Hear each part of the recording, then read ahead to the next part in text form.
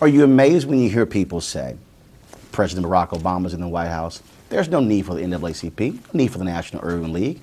Everything is just wonderful. Those places can close up shop. Yet I never heard anybody say when Senator Lieberman was running for vice president that if he wins, no need for the ADL. If Senator Clinton won, no need for a national organization of women. Well, there's a greater need than ever, but in a different kind of way. So many minorities have been successful. And when you look at the African American community, look at the two of us.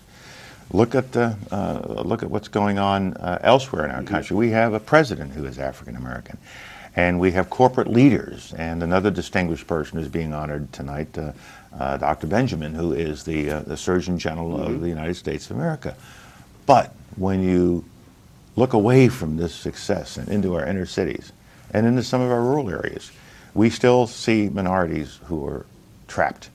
They're trapped in bad economic circumstances, they are trapped in bad educational circumstances, and they are trapped in communities and families that can't give them the kind of support that Roland, you and I got when we were coming up. And so we got to keep working. We got to reach down to these young people and bring them up. But we also have to put the burden on them and tell them, look, we want you to be successful. So you can't drop out of school. You can't start going to school and saying, you know, well, I don't want to be too smart. You know, I don't want to be like Whitey. We've got to teach our youngsters to have greater self-awareness and self-responsibility. We can't keep going with a 72% rate of children being born out of a stable marriage. There's nothing terrible about a single parent family, and we have lots of those, and that isn't to say it doesn't work. But I think overall we should try to bring our youngsters into a life that is based on values and honesty and the ability to get an education. And whether it's a single parent or two people together, we've got to start investing in our children more and invest in them not just with material things, but to tell them, as your parents told you, my parents told me, listen, we have expectations for you. High expectations. Yeah. We didn't come to this country for you to stick something in your nose. We didn't come to this country for you to bop around not getting an education. We came to this country to better this family, and you are the way we better this family. And so you will not fail us. And the second thing my parents drilled into me, and I'm sure they drilled it into you, you have a sense of shame. Don't you shame this family. If you shame this family, then ain't no point you coming home no more.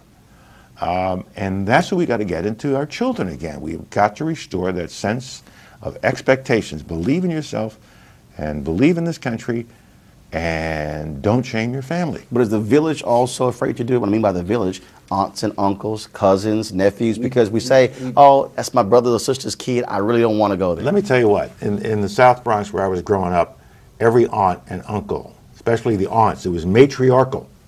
They would hang out the windows, those tenement buildings looking down on the street, and any kid that was part of that extended family who was misbehaving was going to hear about it from an aunt, if not mama. Mama was working. It was the extended family that took care of us and kept us all in play. I'll tell you one quick story. There was a Hispanic kid, because it's not just African Americans, Hispanics, American Indians, lots of people are in need. But this young man just graduated from a high school in Denver. It's a Jesuit high school.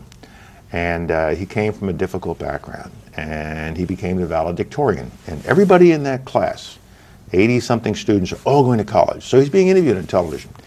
And they said, well, how did you make it? How did you do it? And he said two things. He said, one, I was never, ever given the opportunity to fail. My parents, my coaches, my teachers, they refused to let me fail. We've got to get that kind of you can't fail structure into the life of every one of our youngsters. And then he said something else. He said, my parents are immigrants. They didn't do very well in education. They didn't go to high school or anything like that. He said, by me finishing high school and now going to Georgetown University, I have changed the history of my family. And his children will be achievers.